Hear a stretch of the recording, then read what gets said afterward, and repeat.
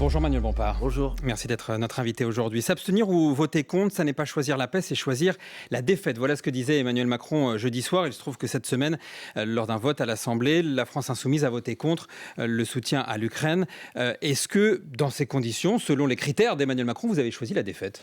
Heureusement, ce n'est pas Emmanuel Macron qui détermine les critères de ce qui sont des positions justes. Et en l'occurrence, heureusement, il n'existe pas seulement deux alternatives, la guerre généralisée ou la défaite. Et il existe d'autres voies possibles, et notamment la voie que nous proposons, nous, à la France insoumise, c'est-à-dire l'idée de rechercher les conditions d'un accord de paix le plus rapidement possible pour que la guerre s'arrête, et certainement pas de participer à une surenchère qui est extrêmement dangereuse. Et comment on fait la paix avec Poutine ? Alors d'abord, c'est pas à moi de déterminer quelles devraient être les conditions d'un accord de paix.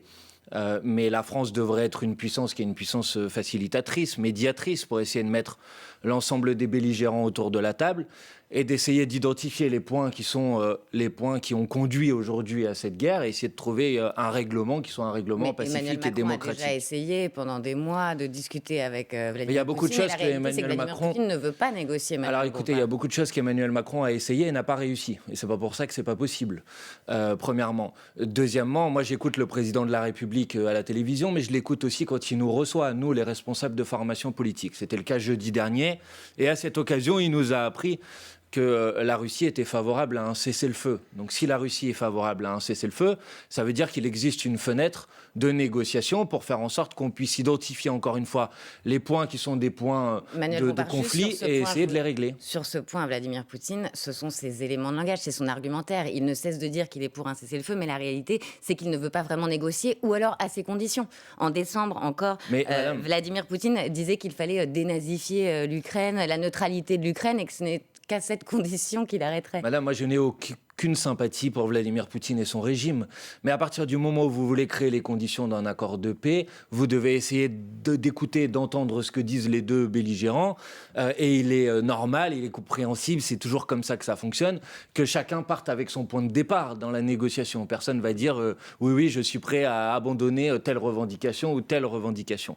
Je pense que toute autre solution que celle qui consiste à rechercher les conditions d'un accord de paix est extrêmement dangereuse. Je voudrais que les gens qui nous écoutent le comprennent. Chaque jour de guerre supplémentaire, c'est des populations civiles et des populations ou des forces militaires ukrainiennes qui meurent.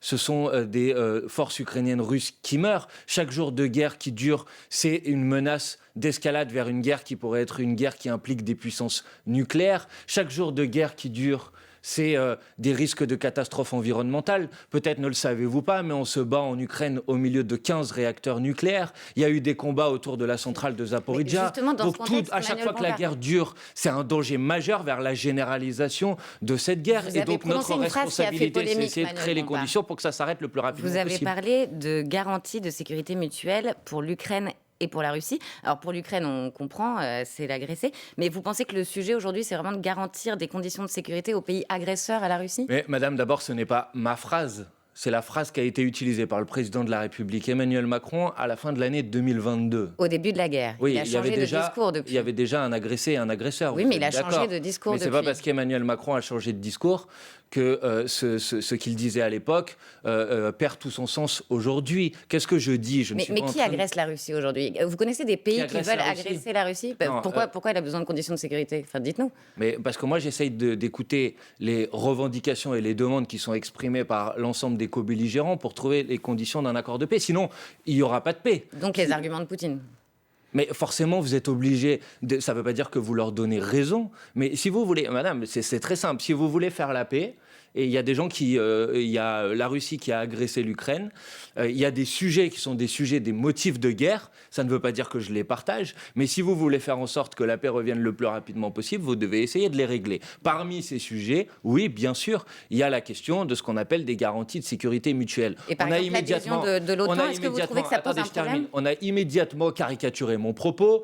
J'ai entendu M. Lecornu dire oui, Emmanuel Bompard propose des garanties de sécurité pour la Russie. Dans le terme mutuel, il y a peut-être peut-être quelque chose qui vous échappe. Quand on parle de garantie de sécurité mutuelle, c'est-à-dire une architecture de sécurité qui permet à tout le monde, dans l'hypothèse où on trouverait la solution d'un accord de paix, qui permet à tout le monde d'être certain que cet accord de paix est un accord de paix qui s'inscrit dans la durée. Ça veut tout simplement dire ça, des garanties de sécurité mutuelle, ça me paraît être une évidence. Ce qu'on a du mal à comprendre, c'est que d'une certaine manière, les conditions qui sont posées sur la table par Vladimir Poutine, c'est qu'en gros, l'Ukraine ne rentre pas dans l'Union européenne, ne rentre pas dans l'OTAN, alors que jusqu'à preuve du contraire, ni l'OTAN ni l'Union européenne n'avaient d'expansion, de volonté expansionniste vers la Russie. Je ne sais pas pourquoi vous dites ça, bien sûr que si. Bien sûr qu'il y avait la volonté de l'OTAN de s'étendre de plus en plus à l'Est. Et d'agresser la frontière russe. Et bien sûr que les processus d'élargissement de l'Union européenne se poursuivent depuis des années et des années, mais personne n'a jamais dit, je n'ai jamais dit personnellement, que l'OTAN avait l'intention de passer la frontière. Non, mais c'est un peu ce que laisse entendre Vladimir Poutine, et c'est là où son raisonnement est... Parlez à Vladimir Poutine si vous voulez, mais là, en l'occurrence, c'est moi que vous interrogez. Donc moi, je n'ai jamais dit ça. Donc il ne faut pas caricaturer les points de vue qui sont les points de vue des gens que vous interviewez pour essayer de donner le sentiment, finalement, qu'il n'y aurait qu'une seule solution, c'est la surenchère vers la guerre. Pardonnez-moi, je pense que d'abord, ça inquiète beaucoup les Français, que le président de la République a eu des propos qui sont des propos irresponsables et contre-productifs en ouvrant la possibilité d'une intervention de troupes françaises en Ukraine. On m'a dit dans un premier temps, non, c'est pas vraiment ce qu'il a dit. Jeudi soir encore, il a confirmé ses propos à nouveau. Et on nous a dit ensuite, c'est pour créer une ambiguïté stratégique. Or, la vérité, c'est que les propos du président de la République ont produit le résultat exactement inverse. C'est-à-dire qu'à peu près l'intégralité des pays de l'Union européenne ou des pays de l'OTAN ont dû clarifier leurs intentions et fixer des lignes rouges. Et s'il y a quelqu'un qui, par ses propos, a rendu un immense service à Vladimir Poutine, c'est bien le président de la République, Emmanuel Macron. D'un mot, Emmanuel Bompard, parce qu'on parlait de l'OTAN, est-ce que l'adhésion de l'Ukraine à l'OTAN pose un problème militaire et serait une provocation vis-à-vis de la Russie ? Mais moi, je n'utiliserai pas ces mots, mais je suis contre l'adhésion de l'Ukraine à l'OTAN. Comme le Rassemblement national, parce que ces mots, c'était ceux du député Sébastien Chenu. Finalement, vous êtes sur la même ligne que le Rassemblement national. Non, pas du tout, madame, parce que Vous avez eu les mêmes mots à l'Assemblée cette semaine. Vous avez eu les mêmes lignes rouges et notamment la non-adhésion de l'Ukraine à l'OTAN. Vous êtes d'accord que quand on fait un travail d'analyse de la situation politique, on le fait précisément. Vous êtes d'accord ? Qu'est-ce que le Rassemblement national a voté mardi à l'Assemblée nationale ? Il s'est abstenu, vous avez voté contre. Qu'est-ce que nous avons voté ? Mais avec quasiment les mêmes mots et avec les mêmes lignes rouges.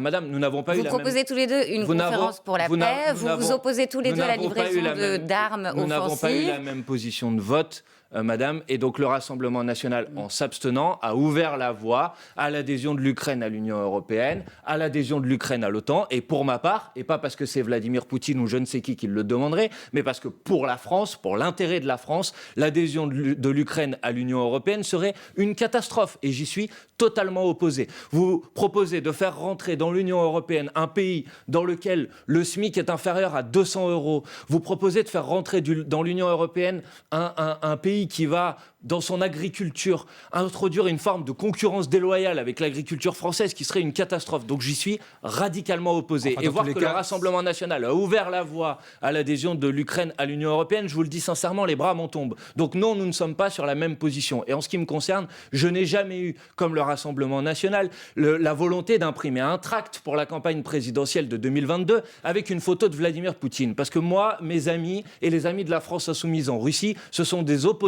à Vladimir Poutine, ce sont des gens qui sont en prison ou ce sont des gens qui ont dû fuir le pays. Jean-Luc Mélenchon a été accusé d'être mulâtre comme Marine Le Pen. Je vais vous arrêter là. Mais d'accord, mais c'est pas parce qu'il y a des accusations infondées, mensongères et des fake news que ça devient des vérités. Sur la Crimée, par exemple, Jean-Luc Mélenchon et Marine Le Pen avaient la même position. Toujours pas. Mais je vous arrête là, le temps du fil info. Je vous arrête là, le temps du fil info avec Elia Bergel.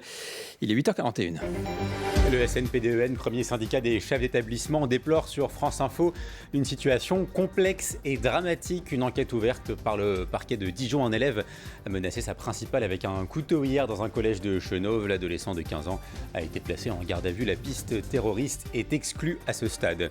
Le Conseil de l'Europe se dit profondément préoccupé par la surpopulation carcérale en France. Le taux frôle les 150% et ne cesse d'augmenter. Le Conseil de l'Europe demande à Paris de revoir sa stratégie stratégie. Emmanuel Macron assure que la France, l'Allemagne et la Pologne sont résolues à ne jamais laisser gagner la Russie. Le président à Berlin hier aux côtés du chancelier allemand et du Premier ministre polonais. Le chef de l'État et Olaf Scholz ont notamment affiché leur unité après des semaines de tension entre la France et l'Allemagne. C'est toujours la promesse d'un beau spectacle au rugby. France-Angleterre ce soir pour la dernière journée du tournoi des destinations. Coup d'envoi 21h à Lyon. Ce crunch à vivre avec nous sur France Info. France Info. Le 8-30 France Info, Agathe Lambray, Jean-Rémy Baudot. Toujours avec Manuel Bompard, coordinateur national de la France Insoumise. Votre parti donne le coup d'envoi de sa campagne des Européennes avec un premier meeting en Seine-Saint-Denis aujourd'hui. Dans les sondages, à 3 mois des élections, vous stagnez autour de 7% selon les sondages. Derrière, en tout cas, les listes écologistes et socialistes. Comment vous faites pour inverser la tendance aujourd'hui ?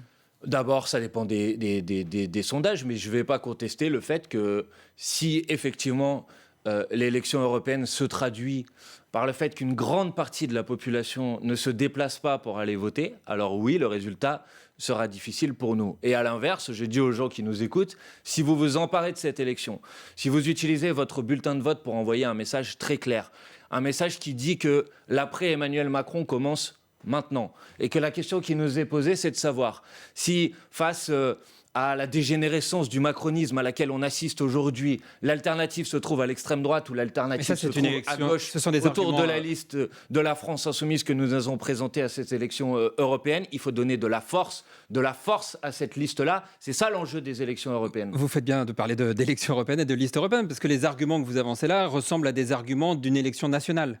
Ça ne m'a pas échappé que le président de la République a l'intention de s'engager dans cette campagne, que le Rassemblement national dit que c'est une sorte d'élection à mi-mandat. Et donc je dis aux gens qui nous écoutent, ne laissez pas les autres décider à votre place. Et votre projet européen ? Donc si nous nous rassemblons très largement autour de la liste de Manon Aubry, alors nous pouvons accumuler un maximum de force pour faire en sorte que ça change enfin dans ce pays. Parce que dans ce pays, on ne va quand même pas être condamné à laisser Emmanuel Macron continuer sa mauvaise politique qu'il met en place depuis 2017, ou être condamné à ce que ça soit l'extrême droite qui s'empare du pouvoir. Donc là, il faut réagir. Mais ça n'est pas un scrutin national. Les élections. Manuel Bompard, pour l'instant, c'est Raphaël Glucksmann qui se détache, malgré aussi vos critiques contre lui. Pourquoi ça ne marche pas ? Mais l'élection n'a pas eu lieu, je crois. Donc moi, pour l'instant, comme vous l'avez dit, la France Insoumise lance sa campagne. C'est le début de notre campagne. Nous n'avons pas commencé notre campagne pour l'instant. Et nous avons l'intention, effectivement, de faire le résultat maximum. Maintenant, vous voulez qu'on parle des questions européennes. Je n'ai pas de problème à en parler.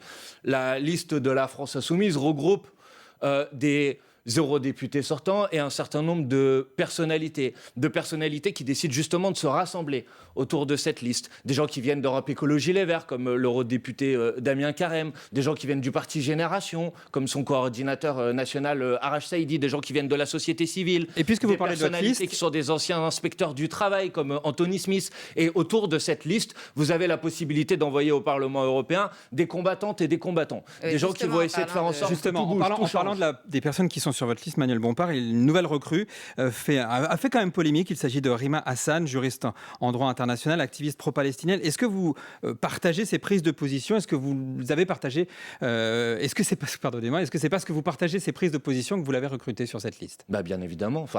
Sur cette liste se rassemblent des personnes qui partagent des objectifs communs. Et en l'occurrence, Rima Hassan est une juriste en droit international.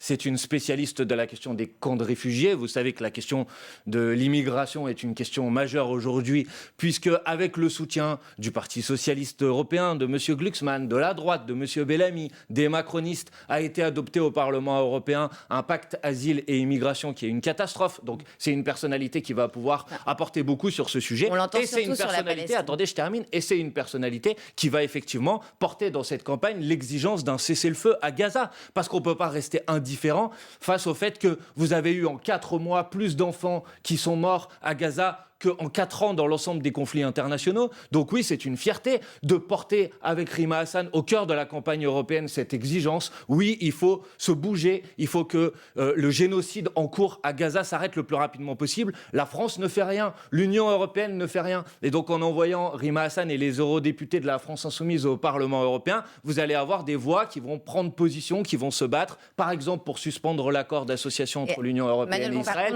par exemple pour un embargo sur les armes, par exemple pour des sanctions. Attendez, on parlait tout à l'heure de l'Ukraine. Vous n'avez pas répondu vraiment à la question de Jean-Rémy Baudot, pardon. Si, j'ai répondu. Quand Rima Hassan reprend le slogan de la mer au Jourdain, un slogan entonné notamment par le Hamas, qui est entendu comme impliquant la destruction. De raconter des fake news. Elle l'a dit, Emmanuel Bompard, c'est pas une fake news. Qu'est-ce qu'elle a dit ? Elle reprend régulièrement ce slogan de la mer au Jourdain.